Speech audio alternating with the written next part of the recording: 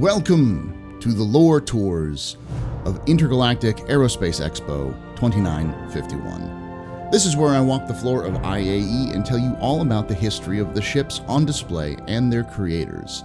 Now join me on the floor for your tour. Hello and welcome back to the final manufacturer day of IAE 2951. I want to thank all of you who are new following the channel and watching us, and all you dedicated pubbers and followers from before who've come back and watched all of these videos. Even though we cover a lot of the same stuff in other videos, thank you so much for watching this, as always. And as always, make sure you like the video if you enjoy these contents. Make sure to subscribe and hit the little bell icon, and make sure you turn all notifications off and have it sent to you if you want to know when these come on. Otherwise, YouTube is very weird about telling you that I've released a new video or not. So, thank you so much. This may be the last video. I might do a best in show, though the best in show will probably cover a lot of the stuff we already done. So, who knows? But thank you so much for watching us so far. So, let's get down to MISC Day. Who is MISC? When were they created? Why are they created? And what are their ships? And why were they created? Well, MISC stands for Musashi Industrial Starflight Concern and was founded in 2805 with a combination of the Musashi Lifestyle Design Unit from which was a spin-off of ACOM, and a failing company known as the Hato Electronics Corporation. Now, Hato had a lot of production facilities, and Musashi was very well known for their designs. They were very good at producing sleek, elegant, but functional designs from their time at ACOM. So the merger meant that that Musashi would have access to large production facilities of Hato, and Hato would get the money they needed to not collapse. And it's important to note that when they were formed, the time they were formed, 2805. Well, it's not directly referenced in lore. 2805 is a time period deep into the Great Cargo Crisis of the UEE. In 2792, the Mezzers had fallen, and a lot of companies that had close ties with the Mezzers were also fallen, as if you collaborate with a fascist regime and the fascist regime ends, you kind of get the X at the end of that whole line. So many companies went under that were the ones who were building the most of the cargo capacity for the UEE. The only reason why, for instance, Aegis wasn't so axed was because they basically built all of the ships for the Navy, and they needed the Navy. But they didn't really need all of these other cargo ships, or at least they didn't think they did. As the economy started to slump and cause a lot of, into a recession, people panicked because cargo wasn't going where it needed to. But as a result, many new manufacturers rose out of this crisis to take advantage of it, including, as we talked about, Origin, Crusader, Drake, and MISC. Now, MISC is probably the most important one because really they were the ones who solved the problem by bringing their minds together and creating what's called the MISC High Division, or the MISC High Industrial Division. So MISC High Industrial Division, it focuses on high industrial ship manufacturing, and their first ship that they seem to have produced was known as the Hull series. Hulls A through E. These are modular ships which are easy to build. You could build any of them on the same assembly lines because of their kind of design style, and they were very efficient at just carrying cargo. So with the Hull series introduction, it really led to kind of a limiting of the crisis and eventually ending of the crisis when you see other ships like the Caterpillar and the 600i and the Starfarer, the Starlifter, that was more military focused. These ships come out to help alleviate the problem. And of course, we've talked about how Origin would eventually become a luxury manufacturer, and all sorts of things have spawned from this crisis. MISC came out of this crisis as the industrial manufacturer for the UEE. Pretty much, the Hull series is said to be the most common ship in the universe. You will see them everywhere you go because they just are that important for the economy. So MISC took the absolute bonkers amount of money they made from the Hull series and turned it into other projects. They also caught the attention of the Xi'an. So the Xi'an were very impressed with the whole series because it was efficient and could hold a lot of cargo. And they themselves wanted a piece of that action. So they negotiated with MISC for a technological exchange. MISC would give the Xi'an the plans for the whole series if the Xi'an would give them access to their technology. So MISC started to incorporate a lot of this Xi'an technology into their own ships, though it would take a long time. It would also help open the door between human and Xi'an relations improving with the Human-Xi'an Trade Agreement, which would be negotiated almost 150 years after the beginnings of this trade relationship between MISC and the Xi'an Empire. But almost all of MISC ships after the hull have some Xi'an technology on board, specifically to take advantage of some of their more efficiencies or just exotic ideas, even kind of more vertical design. So, speaking of Xi'an tech, let's go talk about these ships on the floor with one of the more recent ships, the MISC Razor. So, the MISC Razor has an interesting history. It is a racing ship. It was designed specifically to win the 2947 Murray Cup, which it did win. But its past is a little odd. So, we're going to take you back to 2833, only a couple years after the founding of MISC. The CEO, Corey Desmond, wanted to move away from pure high industrial ships into more smaller maneuverable ships.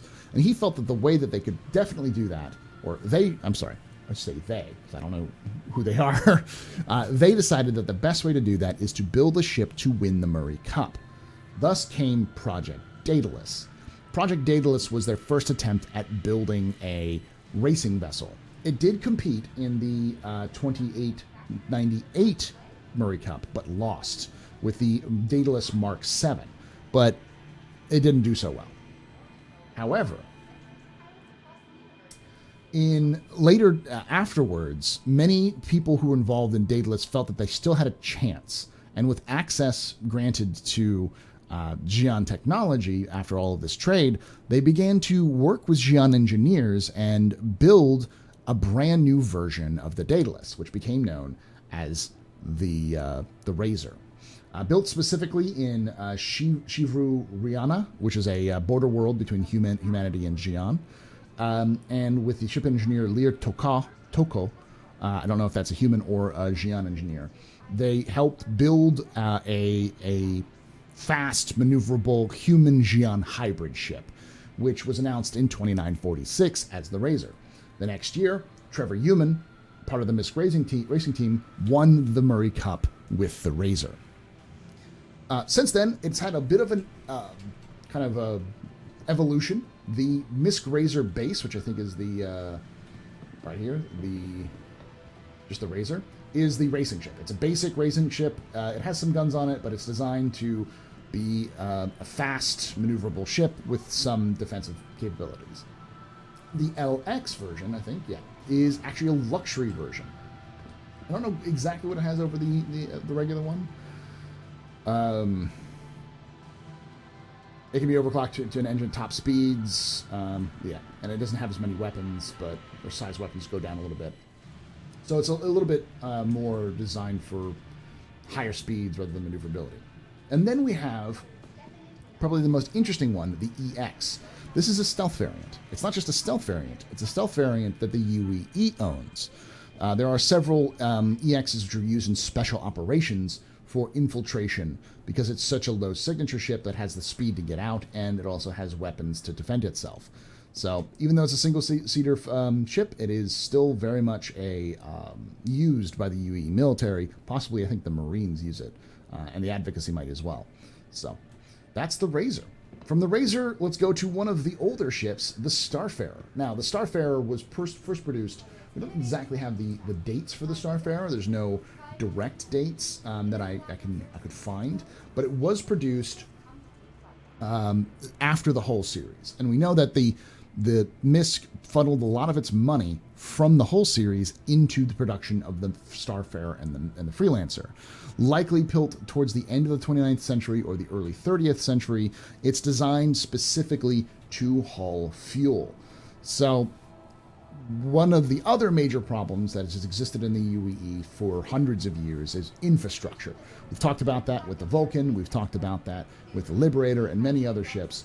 Infrastructure is always a big problem. Either it's falling apart or there's not enough of it across the Empire.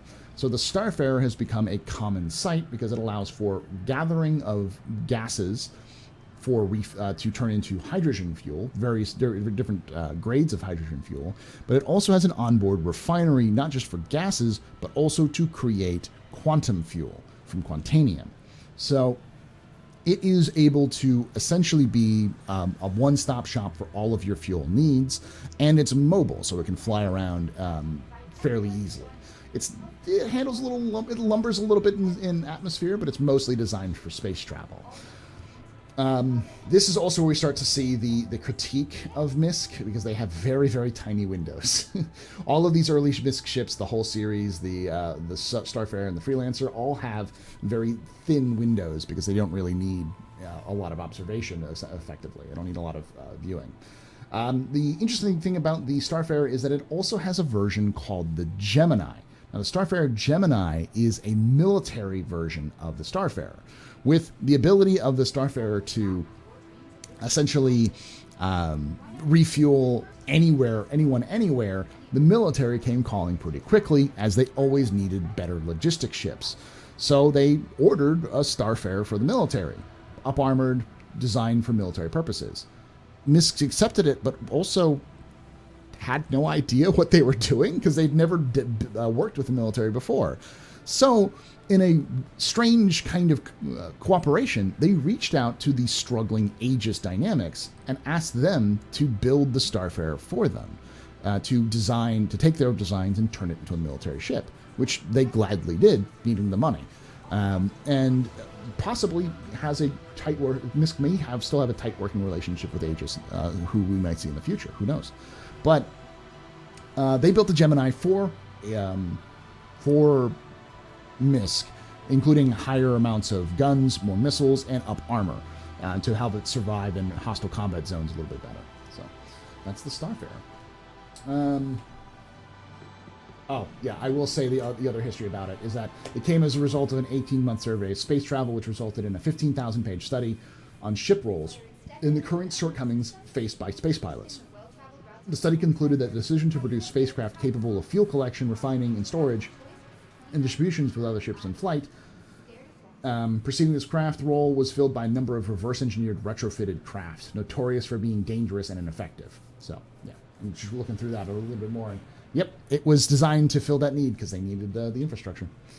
Speaking of infrastructure, Prospector. Now, the Prospector doesn't have a specific date either, but with its bubble canopy design, I can assume that this was much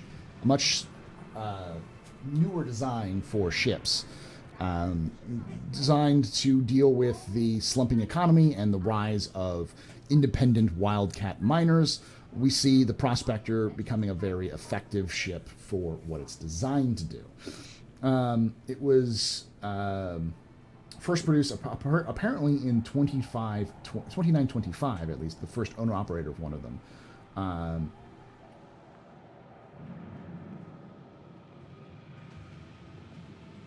And while she was out there, she was surveying. She discovered surveying a former military ground testing area in Ferron.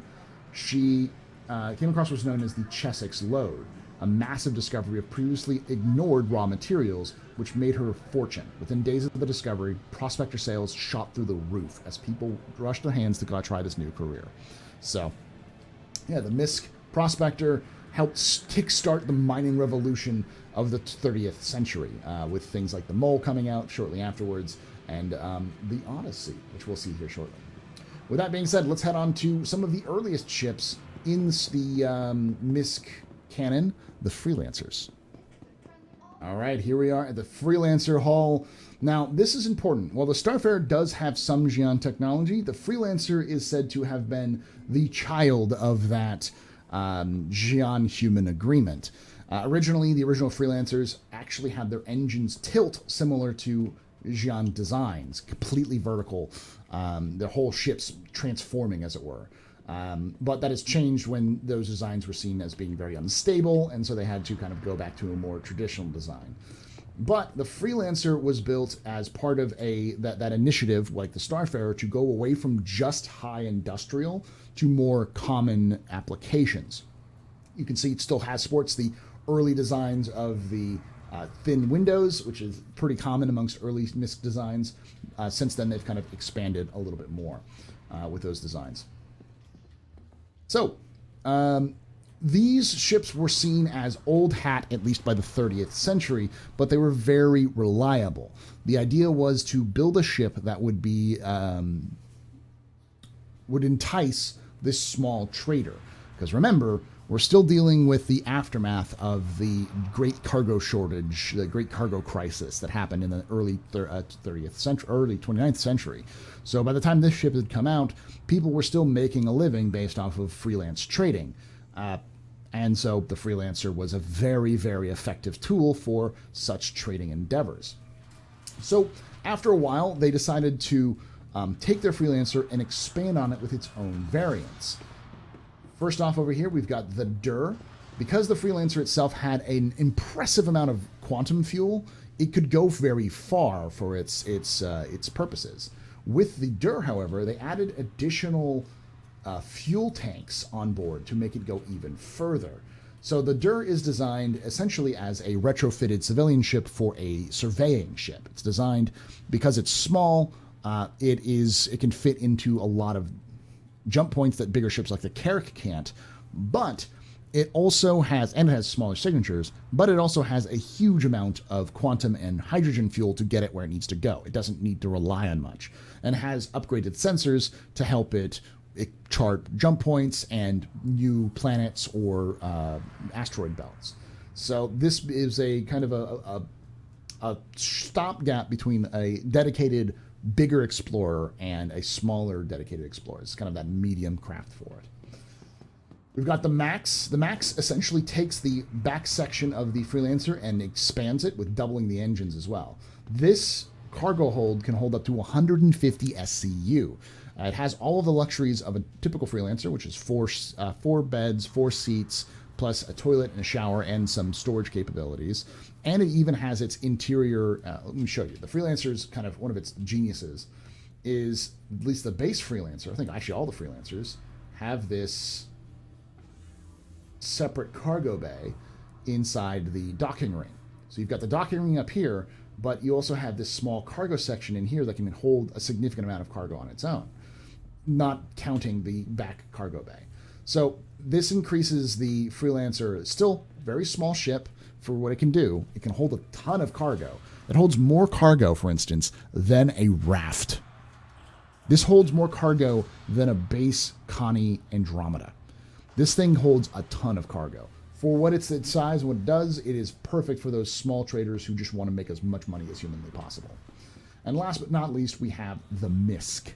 The MISC, the missile boat. This is a gunship variant. Built originally for the UEE to help with convoy protection, it has become a popular ship amongst militia because I think it was rejected by the UEE, but it is used as kind of a Q ship. Because it has the same kind of pattern and design as a regular Freelancer, you won't really know what type of Freelancer this is until you get too close. And by the time you get too close, you've already have several size 5 missiles flying at you.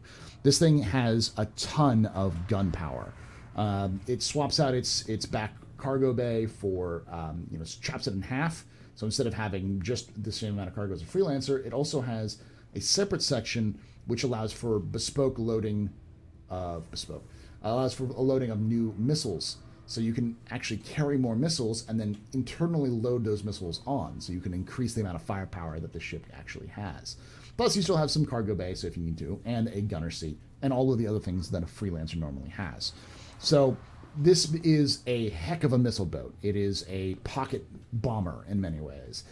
But it has the long range of a typical Freelancer in terms of its amount of cargo. It has the scanner suites and the rugged durability of most of the Freelancers as well.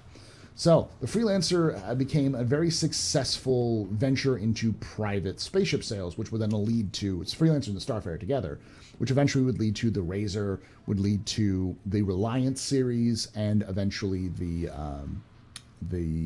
possibly even the Endeavor and the Odyssey. So speaking of the Reliant, let's go talk about the premium starters here. Welcome back to one of the more recent ships in the Star Citizen or the MISC's lineup, the Reliant series.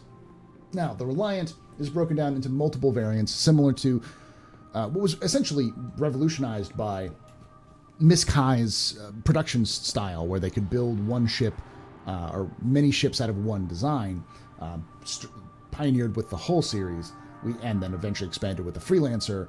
We have the Reliant. Now, in 2946, Project Boomerang was introduced by MISC as a way to introduce more Xi'an technology and to kind of shake up a little bit more of the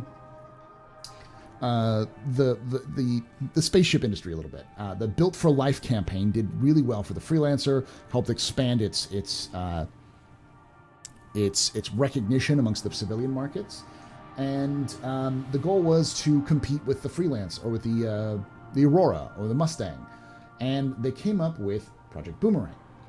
It was located in a plant in Saisei and a MISC plant in Shorvu, with two lead designers, Edward Arburn and lead engineer Monica Faze. And it was designed, again, to compete with Aurora and the Mustang. These actually fold out when they take off. They fold out into a vertical design versus a horizontal design, and they have two seats. This right here, I believe, is the core. This is the Tana. Let's go to the core. The core is probably over here. That's the Tana. That's probably the Sen, and I'm an idiot. The core. All right, so the core was the base upon which they built everything off of.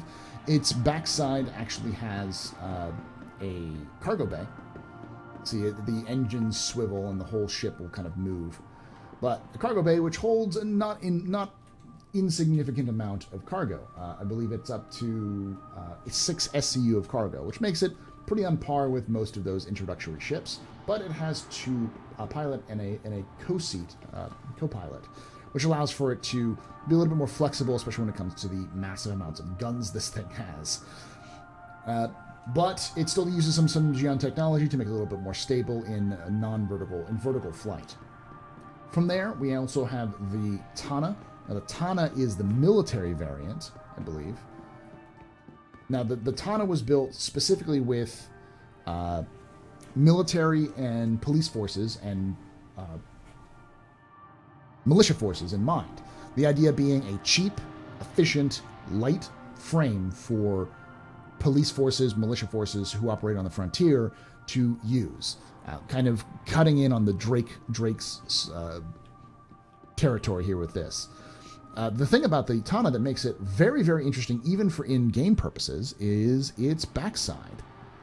It is the only Reliant with a bed. It doesn't have just have a bed, it has two beds. And it has storage for suits and for guns, as well as a 2 SCU crate hole area, so if you wanted to carry cargo or ammo or medical supplies, you have some bases right there. This is essentially a 2-man mercenary vessel. It's perfect for a small group of 2 people who want to hang out and do some combat missions.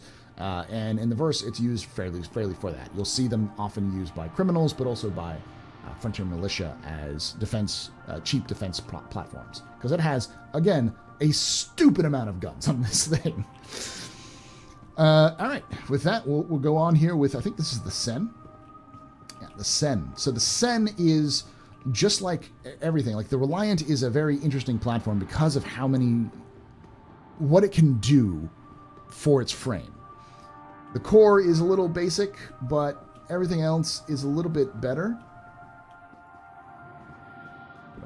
back hatch here.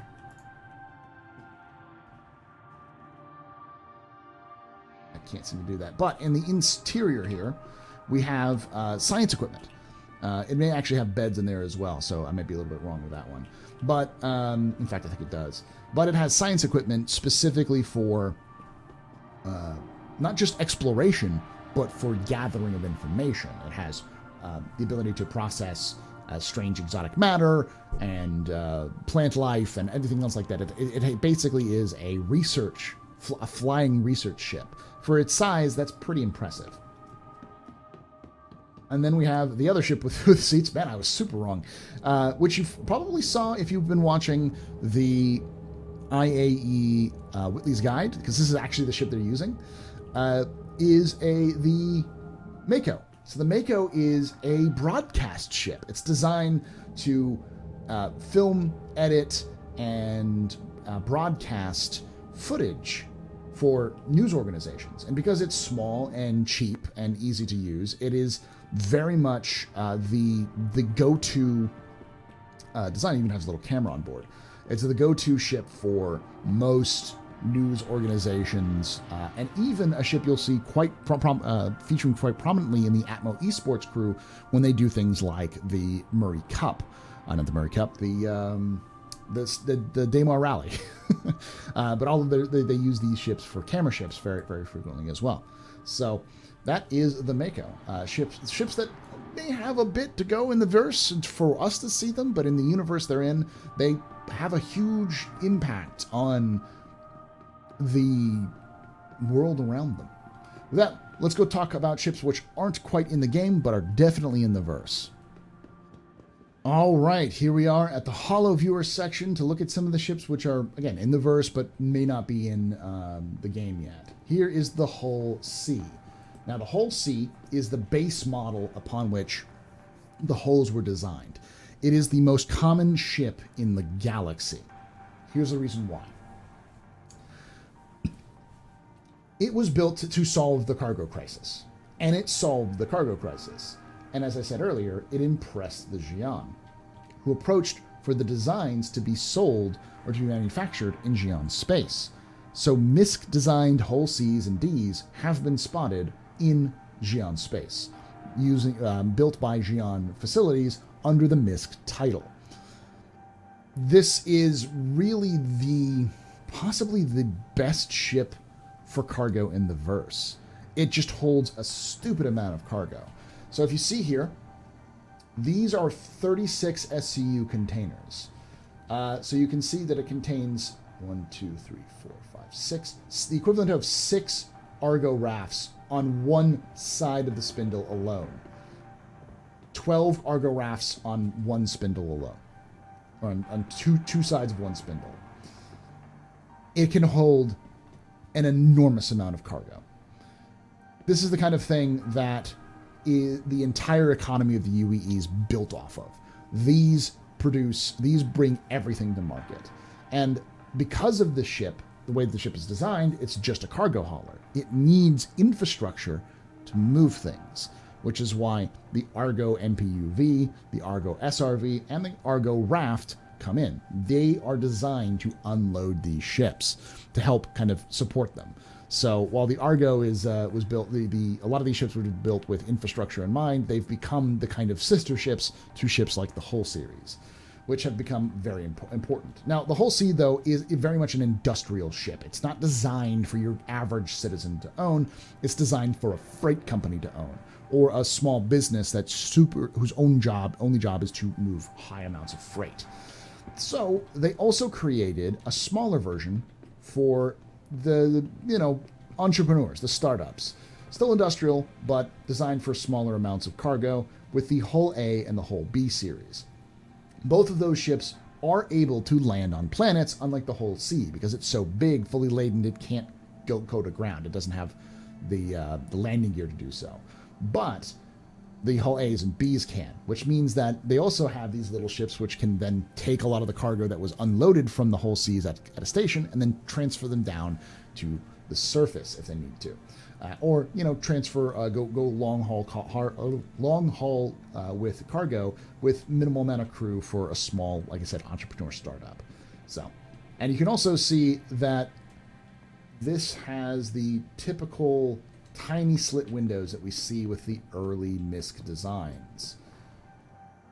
There. Now,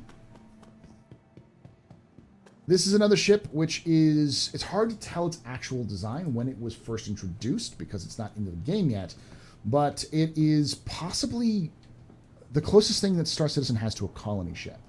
This is the MISC Endeavor.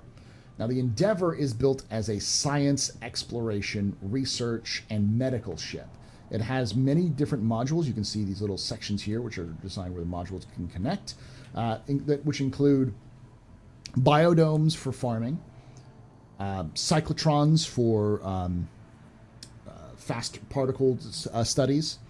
It includes a radar dish for long-range exploration. Let's see what some of this other does. It has the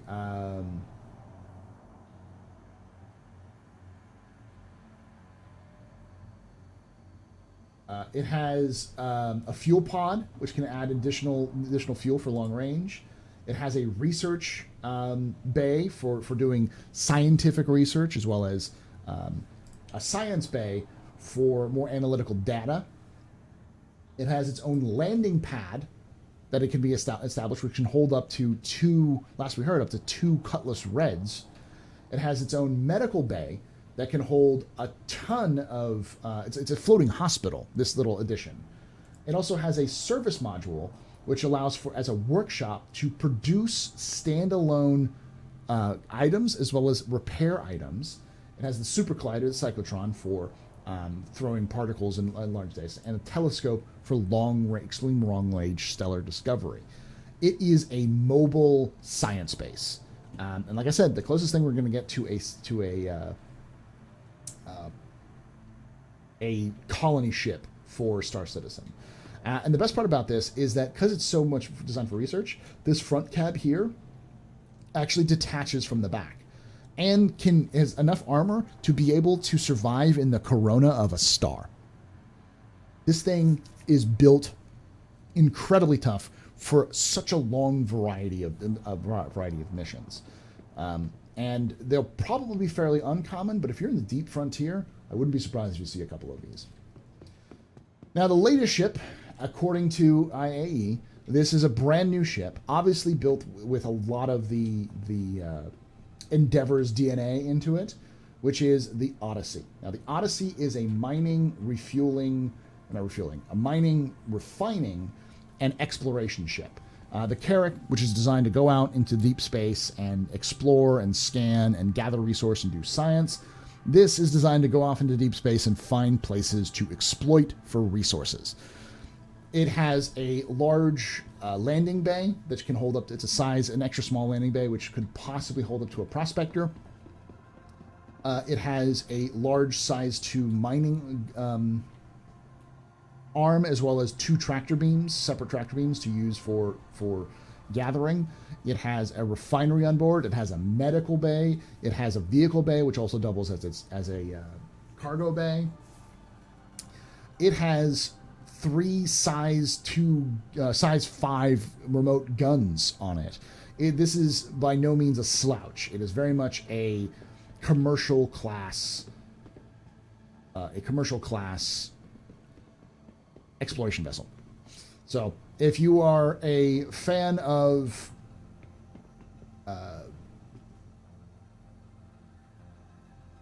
mining, refining, industrial, if you are an organization that does all those things, this is most assuredly a flagship for you.